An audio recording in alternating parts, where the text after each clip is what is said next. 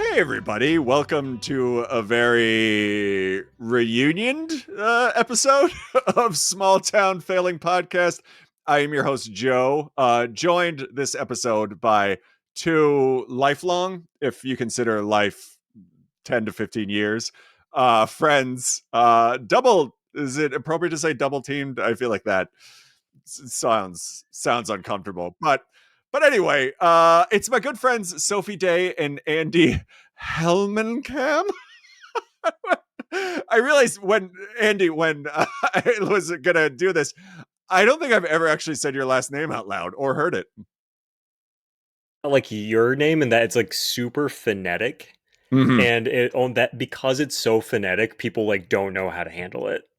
I get a lot of Carnews and Cherneys and like just random like it is just pretty much how it sounds, but yeah, I German as totally hell. yeah. I mean, I do like that Helmcamp sounds like so like white mayonnaise based. Is it Helmcam? Helmcam? How am I saying it? How do Yeah, you say it? that's good. That's close enough. Yeah, and like truly, like Sophie, that is like where my family comes from. We come from a jar from Germany that you just twist off and you spread on like a turkey club. That's my family. But yeah, it's so exciting to be here with you two. I'm so amped. This is a delight. So I saw Andy, what was it, like 2 weeks ago now? Dude, I am still riding that high. Yes.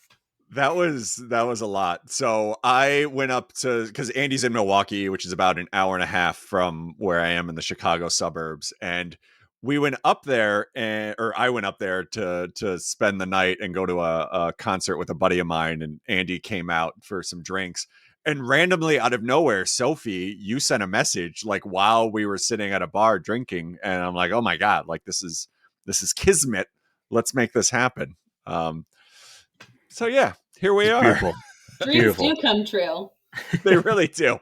If this is your dream, and if it is, I'm so sorry. And I finally, Sophie, like one of the things that happened right before I met up with Joe is I went to the barber, got a beard trim, and I was like, some of my friends are in from, yeah, you got to have it. Some of my friends are in from out of town. They're going to a concert, and my barber, she was like, hey, like, tell me about your friends. I want to guess what show they're going to. And we did a $5 bet. She nailed the show that they were going to, and I officially paid her earlier today. So that is all taken care of. We're square. I love my barber so much. Yeah. Yeah. I will say, Ed, who is my friend that I went up and visited, we stayed at that show for maybe a half an hour. By the time we got there, it's like, all right, I've heard some songs. I'm really tired. Let's go. Is that like still one of my favorite and also most shameful memories is the time that Ed came to Horrorhound and I rode with you guys and was so hungover / still drunk going back the next day that like everyone stopped at Waffle House and I ordered my food and then I turned to Joe and I was like, actually, I can't be in the Waffle House. And I just went and laid in the back of Joe's car and they brought my plain biscuit and a Coke to the car. Yeah. I will say there is no shame in that because that was a very rough weekend. The only uncomfortable thing was, and Ed and I still talk about this, if anyone walked by that car or even when we stopped and got like gas, if looked in the window, it totally looked like Ed and I were like trafficking you because like you were so out cold for the entire trip and like it looked like we had drugged you. And especially like, I don't know what our age difference is, but it's, at least 10, 15 years, if not more. Like it did not look great. And especially in the middle of Indiana, like God knows what's going on there. Like it was, yeah. There could have been some real issues. If any law officer in Indiana gave a shit about that sort of thing, like luckily listeners, I made it home safely. Yeah. Yes. And I also got to say, like, your choice for like a hangover food, like that's a true like adult hangover meal. You know, like you reach that age where it's just like, no, greasy food, like everyone tells you that's what you need, but truthfully, you just need like carbs and like maybe some caffeine and something bubbly. That's all you need. That's pretty much it. Yeah. I do love a Waffle House more than anything in this world. So, Oh, by the way, Sophie, is that a Lucy the elephant tattoo that I just It, saw on your arm? it is. Oh my God. Represent New Jersey. Yeah, Beautiful. man. My sister and I have matching Lucy the elephant tattoos. And fun fact, the tattoo artist did mine second. It was the end of the day. And a couple days later, when Hannah and I were driving home from New Orleans, where we had gotten our tattoos, we realized that mine is missing one line. Like there's Oh. one line that he didn't fill in. So at parties in college, we love to like put our tattoos next to each other and make drunk people try to guess the Oh, that is a difference fun between our game. tattoos. Yeah. That's I awesome. love that. So I'll never fix it. No, You absolutely not. can't. No. What was the reasoning behind getting a tattoo of a New Jersey landmark in the middle of New Orleans? We got it in New Orleans because I was living there at the time, and I had a tattoo guy that I really liked. My sister and I wanted to get matching tattoos, and we grew up going to the shore in Jersey, and we always went to see Lucy. And we wanted a tattoo to sort of represent my family. And we have a picture of my dad's mom and her mom when my grandma is like 15 in front of Lucy. Oh. So it's like the blueprints to the building. Oh, I love that. That is great. Yeah, we visited a few times. I don't think we ever actually paid to go inside, but like, oh, you yeah. gotta go inside. It's the best. And you know, I don't know if you know this, Joe, but they just like totally refurbished her and repainted the whole outside and did a bunch of repairs, and she's looking very nice. Oh, that's nice. Yeah, next time we don't get back east as much as I would like to, but we definitely we got to get the kids to the shore, and do that whole thing. Speaking of the East and the East Coast and the New York Metropolitans, the movie we reviewed tonight. Oh, that's what it stands for. The movie we discussed or watched for this amazing episode, Hearts in the Game, which by the way, I've had so much trouble like remembering that and like typing it out because it's an awkward title, but 2023 just came out this past weekend on Hallmark, directed by one Stacey Harding, who you might remember from Love Classified, which we reviewed on here with Evan, who you both know. Circle of Life right there. So she has directed a handful of movies, but a lot of them mostly Hallmark, which I always find interesting because a lot of these, I don't know if you've ever looked at like the IMDb page for a lot of these directors. It's usually like B horror movies, and then at a certain point they jump into Hallmark and they're like, oh, this is where the consistent work is, so let's go with that. Fascinating. There's a lot of horror and Hallmark crossover, so it's a thing. I mean, just like this episode. Exactly. The movie stars Erin Cahill, who I am potentially saying wrong. So I apologize because I assume she's listening. And who's the? I don't know. It's fine. So she plays a New York City big time PR firm type person, and we kind of where am I going here? So she's looking to kind of strike out on her own, do her own thing, and needs to land like some sort of whale of a PR mess to help solve so she can, branch out, which comes in the form of Diego, who is a major league pitcher, apparently the greatest that's ever been imagined. But in the you previous, kind of wouldn't know it, but you have to take everybody's word for it. and we'll get into this, but like, it's as if, I don't even know, like, you took Taylor Swift, but more popular, and made her a pitcher, and then just put her out in the wild. Because that Major League Baseball players in 2023 are very recognizable public figures. It's one of my notes that this movie oversells, I think, the popularity of baseball, which not that it's not very popular, but like, it's like literally they have this guy walking around town and like everywhere you look, there's people like taking his picture and like looking at him. Like, so anyway, in the previous season, he kind of had a choke situation in the World Series and half the country has turned on him. Like, even full disclosure, I am a Mets fan and I have been in New York and at Shea Stadium where a Mets player has fucked up, and they do turn like hard. Like I have been at games where, I'm thinking back to like Mo Vaughn and some of those players literally start booing before they even announce his name. So like I get that, but the way that they kind of frame this, that like everybody in America is angry, like potentially overselling it a bit. So that's the movie we watched. Sophie, you go first. What was kind of, I know you've been on before. I think we talked about a Hallmark movie, right? I probably should have Yeah, but I don't looked know at what it this. was. Me either. It's just fine. So since then, or as we've been through quarantine and moved out, has your Hallmark viewing increased, decreased? Is this the first time you've kind of stepped back into the Markiverse, as I've just coined it? I am, so just tangentially, I'm now remembering, I don't know the name of the movie we covered, but it had like a vampire or something in it, and it was like from the 90s, and there was a Oh recent my remake of God. it.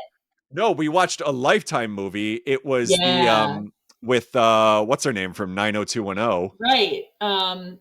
All things I could have looked up before we got Anyway, on it's here, just but coming to me now because honestly, as an aside, the music that plays in the opening like sequence of that movie is the most like 90s melancholy bullshit, but I loved it and I still listen to it sometimes. Um I'm trying to find this anyway, while you're talking. my Hallmark viewing I would say is about the same, which is to say basically nil. Okay. I will pop in and out around Christmas time, but that's pretty much my experience. And I do have to take just one moment to say that I do consider it a personal attack that you asked me to be on an episode about the fucking Mets, but we can, just let So that slide. here's the thing. I watched the trailer and I didn't even realize that this had anything to do with the Mets. And the Mets organization, I mean, we're in full swing of the baseball season. I'm watching the games. I get their email updates. I follow them on social media. Zero mention that this movie exists. Like, Really? I don't know That's if so they have interesting. any sort of affiliation like with the actual team, or they've just been like, nah, we're not doing this.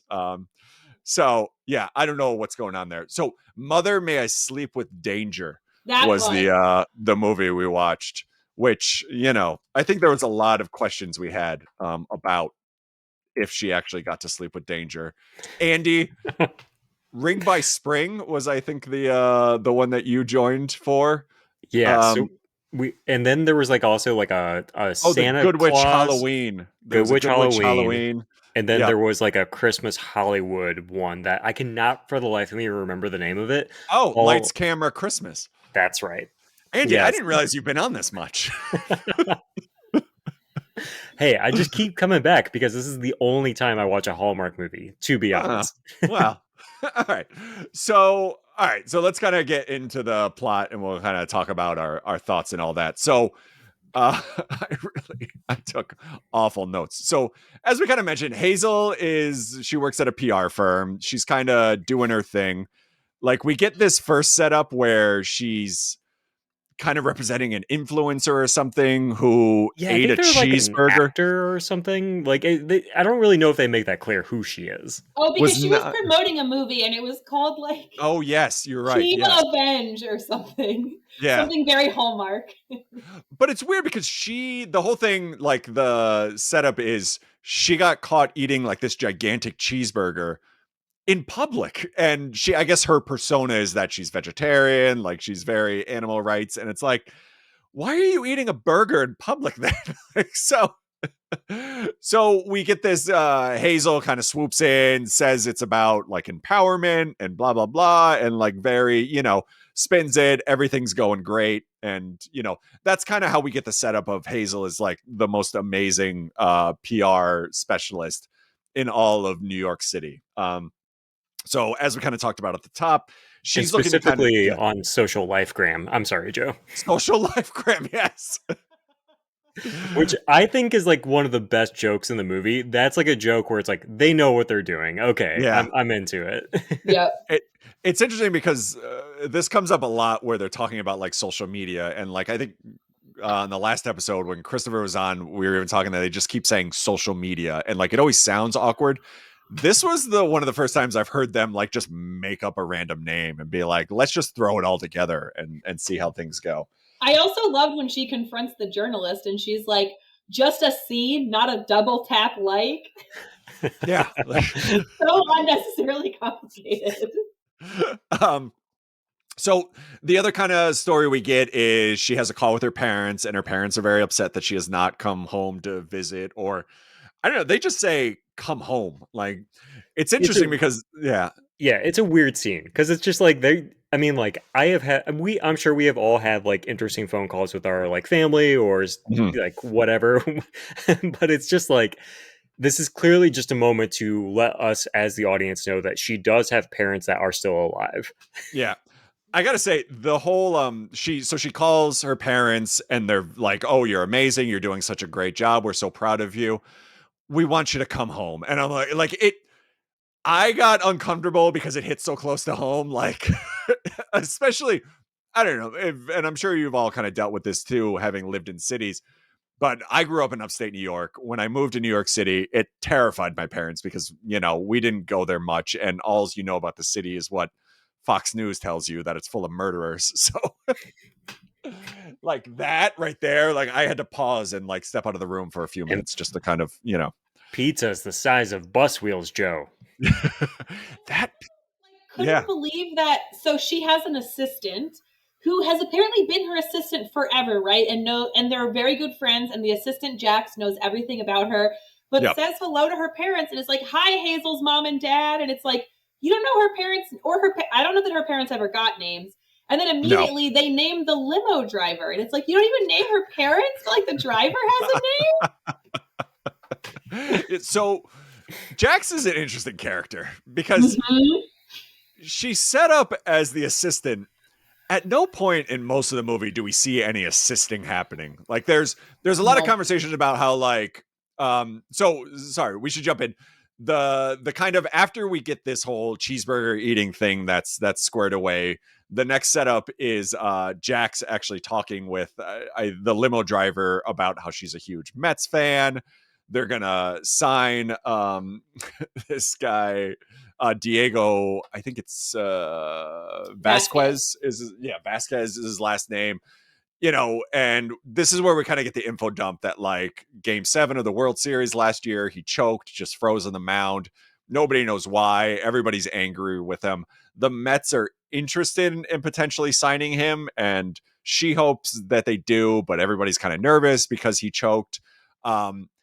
Turns out, as we're stepping into the next kind of PR situation, Hazel has been asked to help kind of solve this situation or help kind of get him back in the good graces. Because what we find out from Diego's manager is that the Mets are interested, but they don't want to sign someone with bad PR.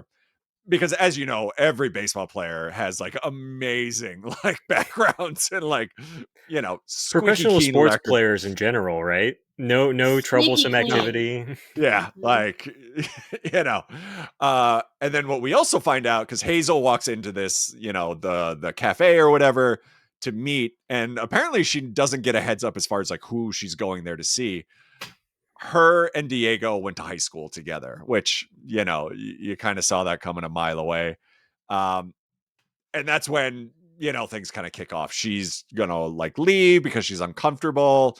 Her and Diego have like a short interaction, and it's very sort of cold and, standoffish. But at the end of the day, she wants to strike out on her own. And this Diego story is gigantic. And, if she can get this one, then she's going to, be able to like strike out and live her wildest fantasies, which is a thing. Yeah. So they go to Ohio. Yeah, dude, I'm sorry. I'm gonna let you like finish like synopsizing this. The whole point of this, like, please jump in. Like, that's okay, what we're doing. Cool, right on. But like all right. I'm trying to decide how to like go about like talking about this. But the first 15 minutes of this, and I wonder if this is just like a trend of like Hallmark movies in particular, or if it's just the movies I watch with you. But like the setup is always like so much stuff is happening. Like I'm just like taking notes like wild. Yeah. And then like as soon as like the setup is done, it immediately enters like this very chill, very like low key, low stakes, low drama, kind of like mellow tone, Mhm. which is something that like I kind of can appreciate about the movie. But yeah, like just to like finish up on the setup end of things, like eventually like Hazel goes back and talks to the journalist who like kind of like didn't give her a lot of coverage on the PR push that she was doing. And the journalist is essentially like, all right, we can do this. He should go back to his hometown. And it's like, okay, we're going back to your hometown. I think is like what the setup is, or was it Hazel's idea to go back? I couldn't remember. You know, Sophie, I don't know if you remember, but I'm drawing a blank too. It feels like I don't remember, but I'm just guessing it was the journalist because Hazel seems so resistant to be back that it feels like the journalist was like, we're going to go. Oh, yeah, because then the journalist is like, wait, also you're from here? Because Hazel makes the perplexing decision to not tell the journalist that it's also her hometown and that she and Diego have known each other since they were teenagers. So weird. Like the entire thing, like, so yeah, it's set up. You're 100% right. And I completely flaked on even mentioning the journalist. But like the idea is that they go back to the hometown. The journalist kind of writes this piece about where he's from and all this, and then gets kind of the exclusive because he has not talked to anyone about kind of freezing in game 7 of the World Series. So she's going to get the exclusive story. It's the most major thing that's going on in the country right now. So she gets that. Everyone, loves Diego again. Hazel is now this magical PR person. Like everybody lives happily ever after. Hazel neglects to tell the journalist that they're both from the same hometown and that they know each other. She does not tell Diego that part of this is him sharing whatever traumatic experience happened that he froze in game 7, which he is obviously like pissed about anytime someone mentions it. And like in general, just keeps things very loose, and kind of hangs her entire career on like everything just falling into place without her like giving any sort of information to anyone. Well, and she also pretty immediately, the journalist, like maybe she talks to him about it first, but my recollection is Hazel tries to ask Diego what happened during game 7. And he's like, I don't talk about that. It's off the table. And she says, okay, I have your back. And then she tells the journalist, you will have the information. We'll get it. She says, you have my word. Yeah. Like, not great. Which is like, that dynamic could be interesting, right? Because like they're like, even like the opening sequence in which I feel like the movie knows that what Hazel is doing is kind of like, it's underhanded, it's disingenuous. She's just trying to like get her client back in the good graces of like the internet and like its never ending grind cycle. And so I think the film like knows that that is like what she's doing, and she's kind of like sacrificing a part of herself for doing that. But as soon as they get back to the hometown, like I feel like that kind of like low key, gracious tone of a Hallmark movie doesn't really allow for any kind of like complicated reading on Hazel's decision making to really like push through, It's like there could be like kind of like more drama here or like even more heat between Hazel and Diogo, but like I feel like it is very much like this is a programmer for the Hallmark channel, so like we're not going to raise it above a certain threshold, which to be fair, I can totally appreciate, to a certain extent.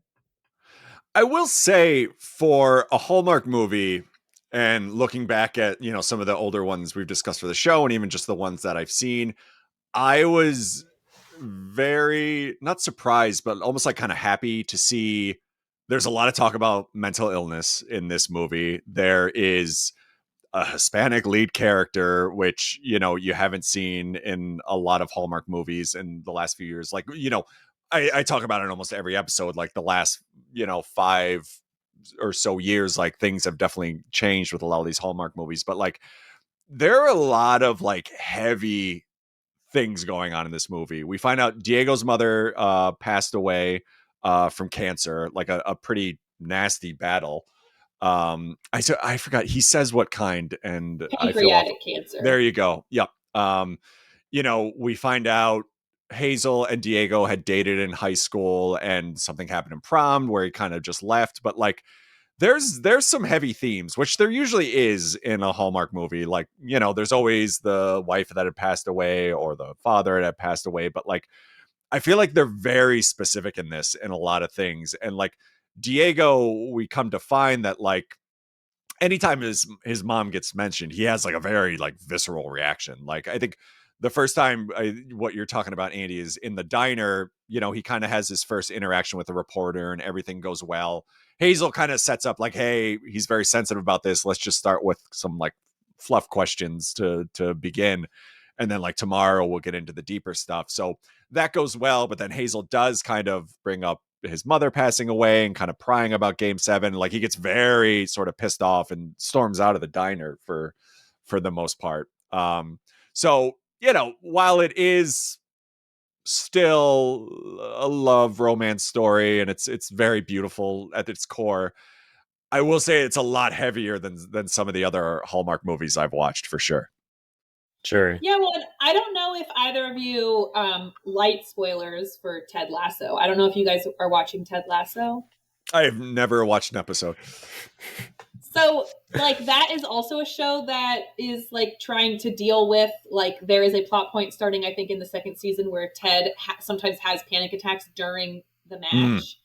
And, like, for a really long time, I wasn't want to tell anybody. And I thought of that immediately watching this, that, like, because to me, the first time she asks him about game 7 and he's like, that's off the table. Yeah. I actually thought they did a great, like, they never say this explicitly, but I assume that what they told him to do was act like he's having a panic attack, because he just goes like, his eyes go like dead and he just like freezes and leaves. Yep. And I actually thought that was really, really well portrayed, but then it's frustrating because Hazel talks to Jax about it and it's like, he won't even try. And it's like, did you see how he reacted to you asking that question? Like, he's not just being difficult.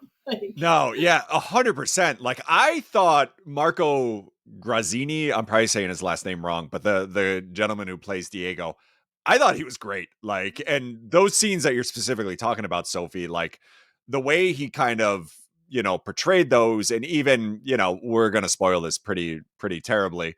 Like in the later scenes where, he's struggling with the passing of his mom, and like even as, he kind of finds out that Hazel, was manipulating him a bit. Like I thought he played those off perfectly. And like the fact that they do kind of talk about his struggle and, where things kind of land at the end, like I thought was amazing to see in a Hallmark movie. And like, despite how you feel about this movie at the end, like I kind of love the fact that we're seeing this in, more movies like this that are reaching, middle America or, whoever's watching this. So, hats off, as you might say. Well, and along those same lines, I was really impressed by the fact. So when he eventually tells Hazel that what happened is game 7 happened to be the anniversary of his mom's death, that day is always hard for him.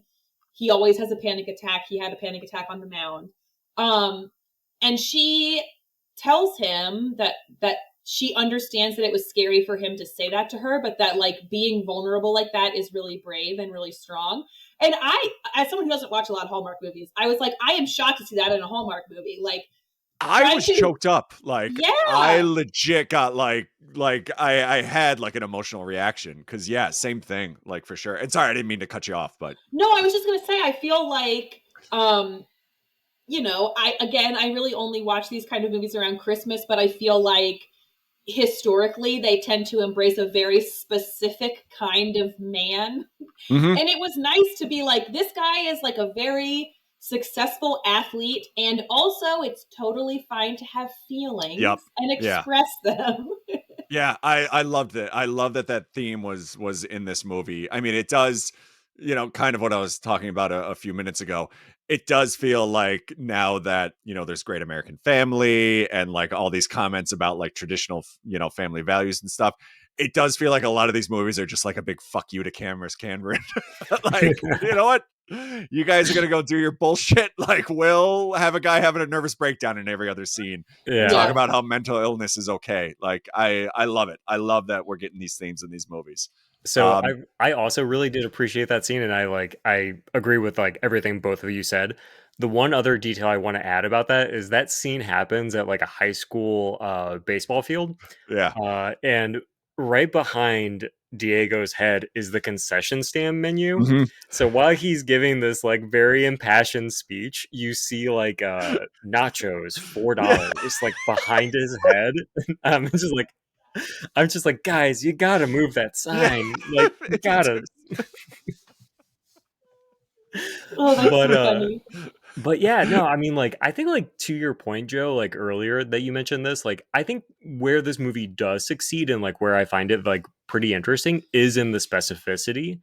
You know, for example, like Diego's family, like, I don't think that they specifically say like their nationality or where like Diego's mother like immigrated from, but Mhm. like they're clearly like Latinx or like Hispanic, and he has a relationship with his uncle, and there's like an extended scene where they kind of like bond by like making food, Yeah. and like I'll like leave all my commentary about how bad those tortillas that they're using looks, Right? but Yeah.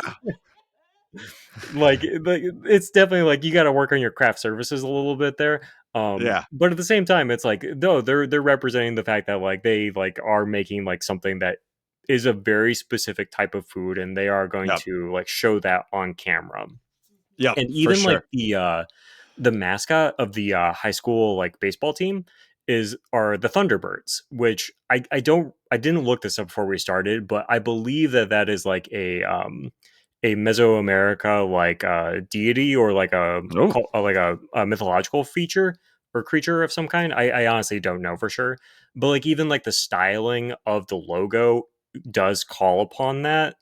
And like thinking about like I don't know, like growing up in the Midwest, like I grew up in like Indiana, and it's like that's like we were joking earlier, like I am very mayonnaise, like Mhm. 100%. Me and my family are, but like you think about where a lot of people from like Latin America are like immigrating to. It is places like that. It is like Ohio where like this is set. It's like Wisconsin where I am. It's Indiana, and so I do find that kind of compelling, and I do find Mhm. that interesting that that is being depicted here.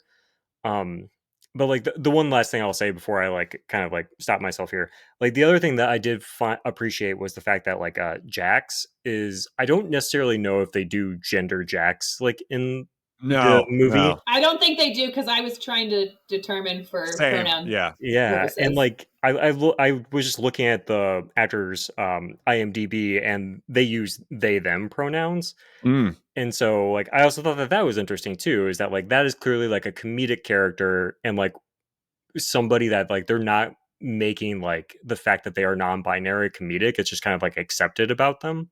Yeah. And regardless of what we think about their assistant skills, it was like kind of nice to just like have that as a character in this And movie. it wasn't made a thing. And yeah, I apologize. I know I refer to Jax as she, but I do like that. One, they didn't make a thing of it. It was just there.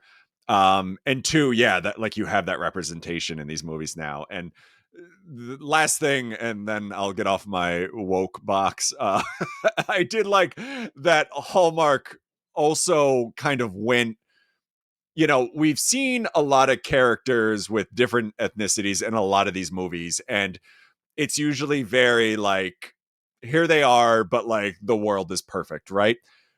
In this, we get a scene where so and I guess we can kind of jump back into the plot here. Hazel and Diego are kind of rekindling, like things are going well. They meet up with Carly, who is Hazel's kind of ex best friend, and there's obviously some tension there. We don't quite know what happened yet, but Carly's husband, I want to say Dan, maybe, I don't know, he looked like a Dan, invites Diego It and has some Hazel. definite Dan Yeah. vibes. Like, and this was weird too, because I guess their kids were out with the grandparents or something. So Carly and Dan are having a house party, which I loved, and invited everybody over. And at that, Diego's obviously this well-known baseball player and everyone knows him, but he's also this guy that comes from this town. So everybody at this house knows him. They're having a conversation, or he's having a conversation with some other random guy that's there. And this guy kind of makes this asshole comment that like, you should really look at selling your house, even if it's a tear down where you're from. Like, and it's very quick and it's over, within a few minutes, but you can tell Diego's pissed. But like the fact that they did kind of mention that, like, look, there's assholes out there and they make these asshole comments, like, and incorporated in that, like, it was one of the first time I've seen kind of different, backgrounds and them kind of highlighting that like things aren't always peachy, right? Like there is issues out there. So I was kind of impressed that they, even quickly sort of nodded to that. Well, especially because I feel like in my experience, if we talk about or address class in these kind of movies at all, it's like, oh no, if we don't make enough money, we're going to lose this like huge, beautiful resort we own, right? Like even the people that are set up as being like in some kind of monetary distress, like seem incredibly well off in the way that it's portrayed. We don't really get a lot of like class difference. Yep. Absolutely. Yeah, exactly. You just summed up what I said a lot better than I did. No. I was just building off of it. So I do want to talk about Carly, and I guess we're going with Dan and that whole dynamic. Child whose name, her daughter, whose name was either Brett or Bread. According to IMDb, it's Brett, but this is my child marble rye. I was like, I'm sorry. Did she just say bread? So yeah, the thing I loved is Hazel and Carly, I think they meet each other, bump into each other at the diner. And we get the backstory that Hazel throughout this movie is obviously very career focused. Like it's all she thinks about. It's why she's back home. It's why she's kind of working with Diego. And we find out that Carly and Hazel were best friends in high school. Carly was getting married to Dan, and Hazel, I don't think was going to be the maid of honor, but she was at least in the wedding party. And from what sounds like last minute, decided to like ditch out and go work, right? Like she left to go to New York and like pretty much left Carly high and dry. Carly is obviously pissed about this. I'm sure Dan is aware of this, but Dan comes strolling in like, come to our house. Everything's cool. You want to see the photo album of the wedding you didn't come to? That's fine. Yeah, I'm just going to go ahead and say it. I could have done without the entire Carly storyline because I just felt like it was everything about the way they handled it was incredibly bumbled because like you said, we learned that she didn't go to the wedding because she had to go to Paris for a job. And she later says to her mom that like, if she had not done this Paris trip, she would have gotten fired. So first of all, we see the first several times we see Carly, it's just like Hazel seeing her and she's just like some mystery blonde who's always being shot in slow motion. We don't know who she is. It was pissed off. Yeah. It was very weird. I was like, did they have like a love affair in high school? That's what I thought also. That's maybe a little bit too, Hallmark's not there yet. So then she talks when she's getting ready to go to the party, she talks to her mom and she's kind of like, listen, I'm not trying to make a value judgment on her choice, but she's sort of like, I feel bad, but if I did it again, I would do it the same way. Yeah. And which is fine. But again, like in the context of this film, I don't know why that conversation happened. Then she gets there and Carly's like, I'm not actually mad. And it was just baffling to me. And the part that really, grinds and doesn't work for me is, so Carly used to really enjoy writing. And when they re-meet at this party, Hazel's like, are you still writing? And she's like, she's an English teacher now. She finds her job very fulfilling. She has kids. And Carly's like, or Hazel's like, you could still write if you wanted to though, right? And it's like, I don't have children. Yeah. But like, I value my life and I would never say that to a friend with kids. Like, are you joking me? Yep. Yeah. Yeah. I felt that in my soul when she said that. I'm like, what the fuck? No, actually, Hazel, I fucking can't. Okay. I've got puke and shit on me 24/7. Well, and that arc resolves itself by like Carly does write a book and Hazel's the publicist, and I'm like, this just feels like you're telling parents like whatever your pipe dream was in high school that you don't think you have time for because you work full time and you're also a parent. You could if you really tried. Just hunker down and do it. Come on, pull yourself up by your bootstraps. It is the worst part of the movie, and like it's like. And I don't even necessarily mean to like, I don't know, whatever. It's just like that is the section where like you can feel the movie getting slower. And this movie is like 70 minutes. No, it's 80 minutes. And like watching that sequence in which like in particular, like not even necessarily like the drama that you were describing, Sophie, which in and of itself is like kind of like suspect. But like there's that scene in which they go to the party at Carly and Dave's house. And I love that we're going to keep calling him Dave, and we're going to look it up, and it's going to be like fucking like Barth. What's worse is that Joe was calling him Dan. Yeah, we're completely. I'm going to start calling him Derek. Keep going. Yeah. All right. Yeah. So Dave, Dan, and Derek. So they're at Dan's house, Dan and Carly's house, and like there's a sequence in which they like are hanging out in the kitchen, like Haley and Carly are.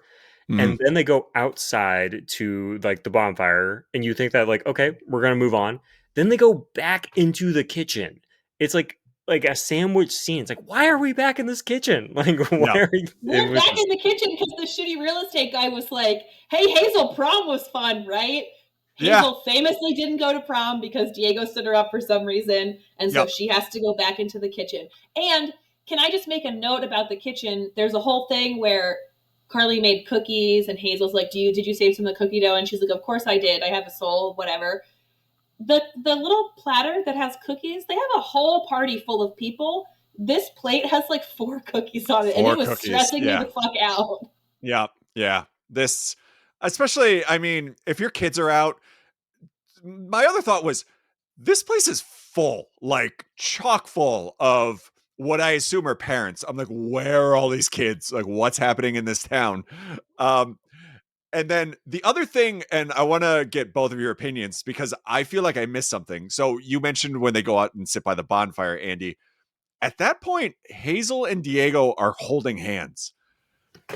Did I fall asleep and miss like my biggest gripe with this movie is at a certain point, and I think it's around here, is like all of a sudden they're just back together. And there was no resolution. There was no kind of, I mean, we eventually get it, but there was no kind of solving what happened at prom or like anything.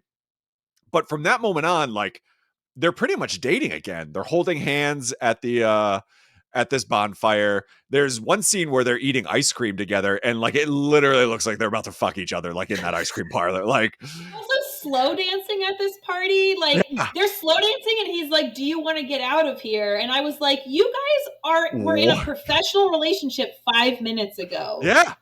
Exactly. I mean, I don't know. I don't know if you guys saw like his IMDb photos, but he's got one with his shirt off and dude is cut. I mean, by no means, like, no gripe here for Hazel, but like, I didn't know when it happened or what happened.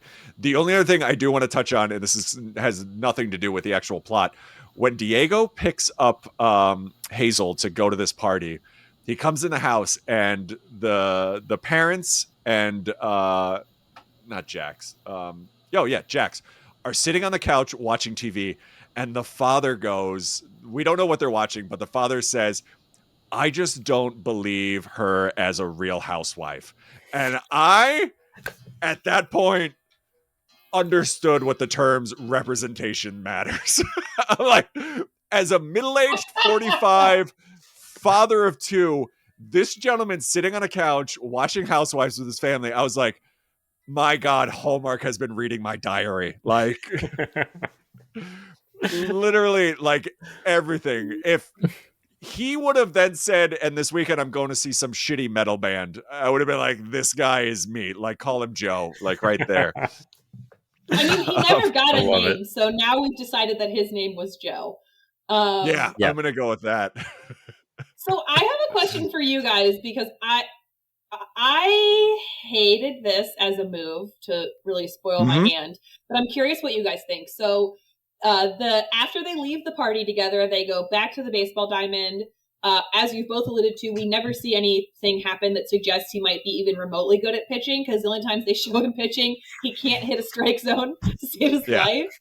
And they make it be like, oh, he's just stressed out. And it's like, I feel like you'd hit it by accident once. Anyway, he's trying to teach her how to pitch. They have this whole thing. Then they're holding hands. Then he tells her about his panic attacks. He takes her back to his house to show that, like, he has not packed up his mom's room since she died. I have this. I know exactly where you're going. Yep. Okay. So he's like, clearly has never spoken to anyone except his uncle, and maybe not even his uncle, about how hard a time he's having with the loss of his mom. And he says that he hasn't been able to pack up her room because it's just like too painful. And they fall asleep, they smooch, whatever. They fall asleep on the couch together, very chaste. She wakes up and she goes in the room. And I said out loud to my empty house, bitch, you better not be packing that room up right now. Yeah. And he opens the door and she has packed that whole room. Entire thing. Yeah. That is not what he asked you to do.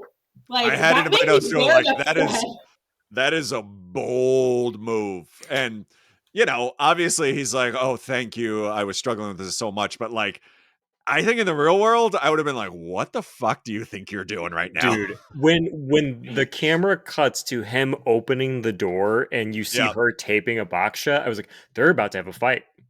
This is about to be a fight. There's no way. Like, this is so sweet. Yeah, it was. That was the moment of most credulity strain of this movie, for sure. Yeah.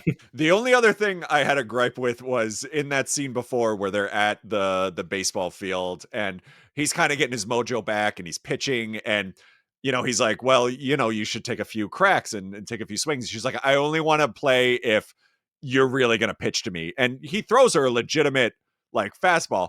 She knocks it out of the fucking park. Like this guy, the way that they have set him up with everyone is like, he is like Nolan Ryan, like on, you know, times 10. And she like cracks one out. But guys, absolutely not. I don't know if this stuck out to anyone but me. And if it didn't, I would encourage you both to go back and watch the scene when she hits the ball out of the park, and they're both so excited. And I would say overall, both of these actors do a pretty good job throughout the movie. But this scene was like, they both start like, they're so excited. They start laughing and they run towards each other and she jumps into his arms. And first of all, the way they're laughing, they're both like, it's ridiculous. And when they run together, the camera pans so that it's now to a profile. And you can see him like trying to get ready to catch her, but it looks like he's also going to jump at her. I rewound and watched it about 5 times. It's really fun. I wish they would have done like a jumping high five or something like, you know, and then pause it. Like a Top Gun windmill. Yeah. Oh, yeah. The other thing I had a gripe with, since we're talking about the house, is the first time Hazel goes to Diego's house and is kind of looking around, she's like, oh, it hasn't changed a bit. By the way, do you still have your parents' record collection? And he's like, yeah, it's right there. There's like 4 records. Like, and the one we can see is just called Jazz Horns. Jazz music. Like, that's not, I mean, it's a collection, obviously, but like, I don't know, to say like, oh, you still have your mom's, you know, record collection, you would think like, oh, there's like this amazing library. It's like, no, you got like jazz music and then probably a copy of the Fugees, like on vinyl. And well, speaking of the music, I was genuinely surprised that there was an Ace of Base needle drop in this. I was like, oh shit, they're gonna play the song. And to Listen to Your Heart at the end when they like hang out at prom, that really got me in the feels, guys. Yep. Yeah, I agree. Listen to Your Heart. I have notes like, is this Roxette? Like, so speaking of, and I know we're jumping around now, but we did touch on how like Hazel seemed to be kind of a shitty friend to Carly and made the dickhead comment of like, oh, why can't you just go write a book? Carly kind of gets her payback towards the end where like her and Hazel do kind of butt heads again and makes a comment. What does she say? Like, you're only friends with your assistant and your only real relationship was, you know, in high school. And he walked out and he was like, all right, Carly, like, good for you. You've been holding Carly's this in. Been saving that up for years. It's like that meme of the guy in the suit peering around the corner. rubbing his Exactly. hands Like, together. just cannot wait. So we kind of been jumping all over, but we eventually Diego finds out that Hazel had kind of set up this whole thing so the reporter can get the exclusive story. Hazel is now falling in love with Diego again, so she's telling the reporter like, "Hey, maybe we should do something else." Everything kind of falls apart at a certain point. Like Diego's pissed, but like forgives Hazel. They finally go to prom. We find out the reason that he ditched her to prom the last time is because he found out that his mom was like terminally ill, like on the day of prom, and obviously, was very emotional about that. We find out the reason that he didn't, he froze during the World Series because it was the anniversary of his mom's death. And, the whole idea is that this is going to come out in an article and like everyone's going to have sympathy for him and realize that, the reason this happened is, something obviously very traumatic. But Hazel decides like, hey, no, like this is too much. I'm out. Cut back to New York, and Hazel's on the couch eating ice cream, as you do. We then find out Diego actually does give the exclusive to the reporter, kind of, spills everything. There's this great moment that we kind of talked about at the beginning where it's like, hey, mental illness is great that you're talking about this and it's very relatable. And, it's a very sort of nice ending. Turns out he gets signed by the Mets, pitches a no-hitter in his first game. Hazel is now this amazing PR person, kind of going out on her own. And, you know, everything wraps up in a nice, beautiful bow at the end. Yeah.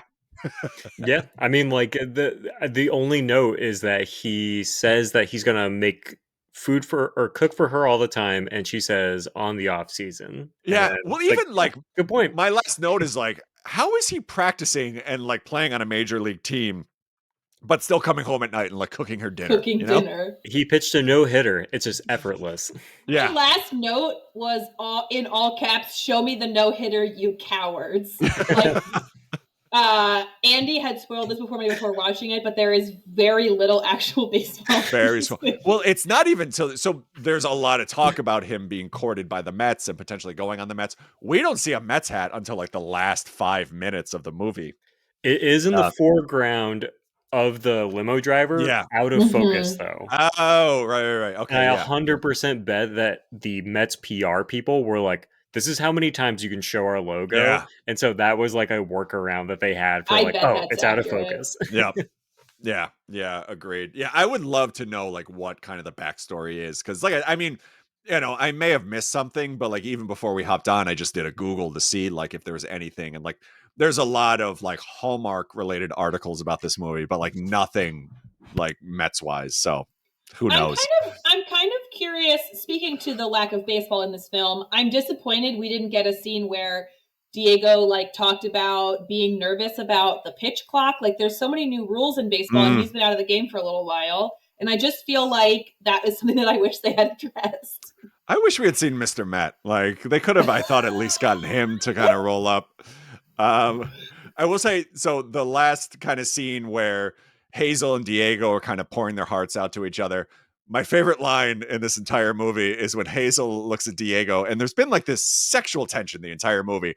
And he says to her, "You cracked me open." And I'm like, whoa, what are we talking about here, Hazel?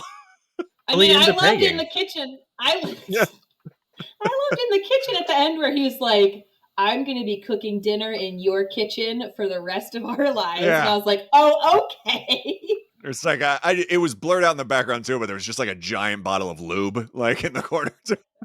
His Mets hat was like on it. I don't know. We jumped around a lot, but I feel like we hit the major points. But anything either one of you think we missed or we should go back to? No, I don't. All right. No, Oh yeah, go for it. No, I have two things just really quick. The first is completely useless, but really I fixated on it. She at the beginning when she makes him upset by asking him about Game 7 at the diner, she buys pizza as a peace offering and takes it over to him.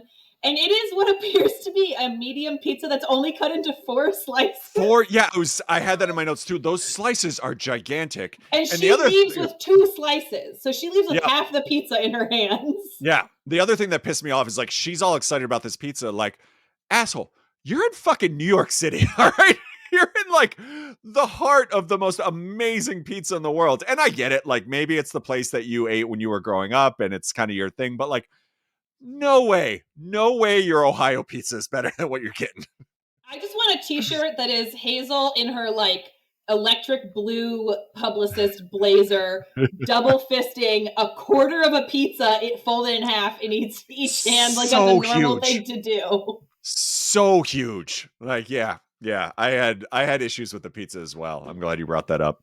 And my other thing is only tangentially related, which is that watching this actually reminded me quite a bit of a book that I like. And I don't know if people are into rom-com books, but if you are, Linda Holmes, who's an NPR gal that I love a lot, wrote a book, her first novel a few years ago, and it's called Evie Drake Starts Over. And it's about this woman who is a widow who falls in love, after a while. It's a very will they, won't they, with like a professional baseball pitcher who has a case of the yips and is like trying to get his shit together. And it's a really lovely book. So I would recommend that as a companion piece, or maybe instead of this movie. Oh, interesting. Yeah, I definitely. So Elise Murray, who's been on a bunch of times, has written a bunch of, similar books. And actually, I think it was the Magnolia Sisters was available for free on Amazon a couple weeks ago. And I downloaded that. And it's going to be my first foray into the sort of romance-ish novels. And I'm very excited to, kind of dive in there. Because I think, I've traditionally read like horror and biographies and stuff. And like, these Hallmark movies give me the warms and fuzzies and make me feel nice. And I feel like it's time to incorporate that into my reading as well. So when you have it in a book form, it just like lasts longer, which is really nice. Yeah. So, all right, let's get into our happily ever after. Who from this cast could you see yourself riding off into the sunset with and spending the rest of your life?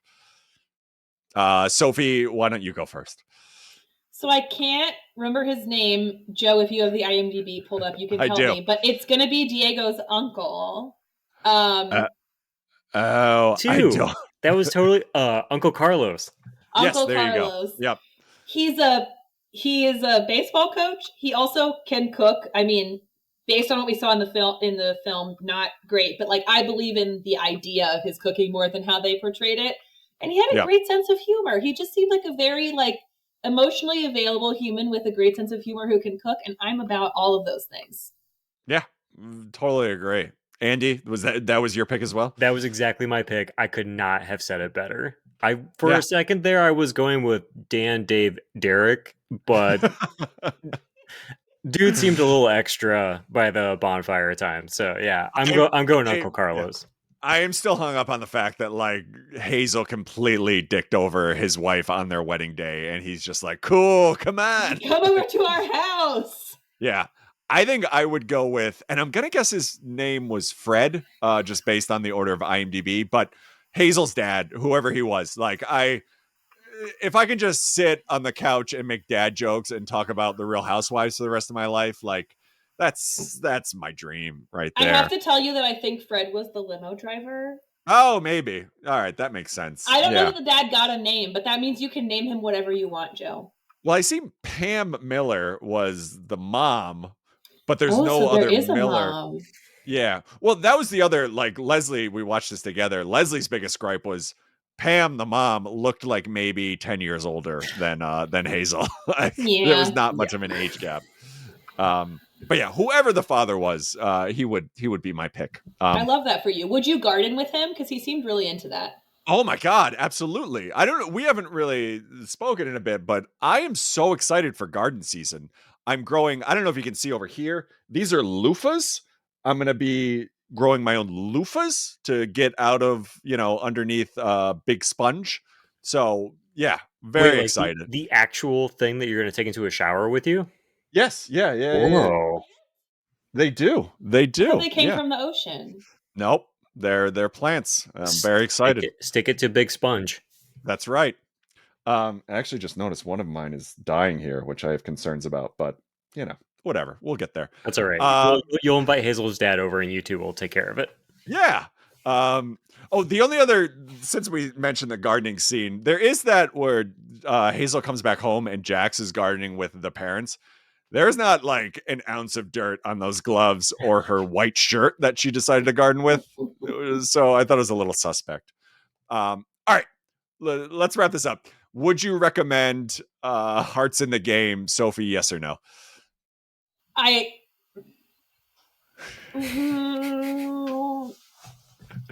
If you sure. Put it on the DVD cover. all the ellipses on it too. Yeah, absolutely. Andy, how about you? Just because I feel like I've recommended every one I've seen with you, I'm going to say no. I like what I do like what it's doing. I do like some of the cast, I like the characters, but like, man, that the second into the third act got so bogged down and boring. I legit was having trouble paying attention. Andy just doesn't like Brett. That poor child actor. Listen, Brett. Why can't people just name their kids something normal like Doris or Mabel? Yeah, it's a thing.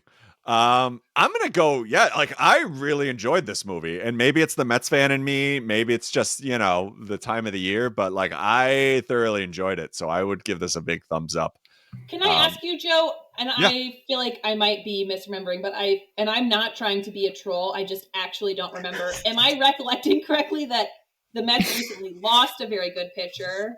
Do you feel like this movie is timed to be like, and there could be another good one, Mets fans? It'll be okay. No, no, because it's not going to be okay. If there's one thing I've learned, and I'll fully admit, like I am not a diehard fan. Like I lived in New York City or outside for years, and like that's how I kind of got into them. And like I don't pay attention in the off season. Like I am not like a fanatic by any means, but I've followed them and I've gone to playoff games and I have, been in it for long enough that I know being a Mets fan leads to nothing but disappointment. So by no means did I take this movie as a sign of like, oh yeah, like maybe things will look up someday. As a consummate Phillies fan, I feel your pain. Yeah, I appreciate the sentiment, but no, I don't see any brightness in my future with them. All right. smalltownfailingpodcast.com or smallandfailing.com, whackbitches.org. I apparently bought one night when under the influence of certain things, is where you can go for back episodes and all that sort of fun. There's links to Instagram and Twitter, Small and Failing for both of those. Cameo. Got a few cameo requests this past week. I feel like I'm getting it mostly from people who are trying to troll their friends and looking for the cheapest possible person. So that's kind of my market. But if you're looking for a Mother's Day gift, I'm on there. iTunes and Spotify reviews. Thank you, everyone that's done that. It is a huge help. smalltownfailingpodcast@gmail.com if you want to send something in. I think I mentioned every week, Small and Failing on Instagram. I'll post up. You can send in questions. We did get one this week from our good friend Cece, who has been on a handful of episodes, and she simply asked, "How much do y'all miss me?" And I assume a lot, right? Too much to put into words. Yeah, so that's nice. Yeah, there are a collection of things that, like, whenever I see, I will think of Cece immediately, and one of those is bugs. Oh yeah, cicadas. Anytime I hear one. And I'm not even going to tell the backstory, just to leave it like nebulous. Funny, I think I told you when we were together, Andy, but we went down to Florida to go on a cruise for the kids' spring break and stopped in Atlanta on the way down. We saw Cece, like we went to the aquarium in Atlanta and like, spent time together. Didn't take one picture, not a single. But did you meet her child? We did, yeah. So jealous. Yeah, super sweet, like lovely. We had a great time. So that was great. So I don't know. That's it. That's the show. Thank you both so much for coming on. This was a blast. I would love to do it again sometime in the near future. And yeah, I don't know, anything either one of you want to plug, or we can just say our goodbyes. Well, I want to plug, if anybody sees Cece out in the wild and you happen to be near a Texas Roadhouse, please buy her a margarita for me. That's my Oh. plug. Absolutely. Sophie, anything you want to buy for anyone? I got nothing. Perfect. All right. Well, I don't know what we're talking about next time, but it's going to be wonderful. Again, thank you both so much for coming on. Thank you, Christopher Micken, for coming on the last episode. If you haven't listened to that, please go back and check that out. I keep forgetting what the name of the movie is that we watched, but it was wonderful. Spring in Bloom or Hearts in Bloom, something about Bloom, whatever it is. Just go back and watch because it was wonderful. And yeah, I think that'll do it. Thank you both again, and we will talk to you next time. All right. Bye, everyone.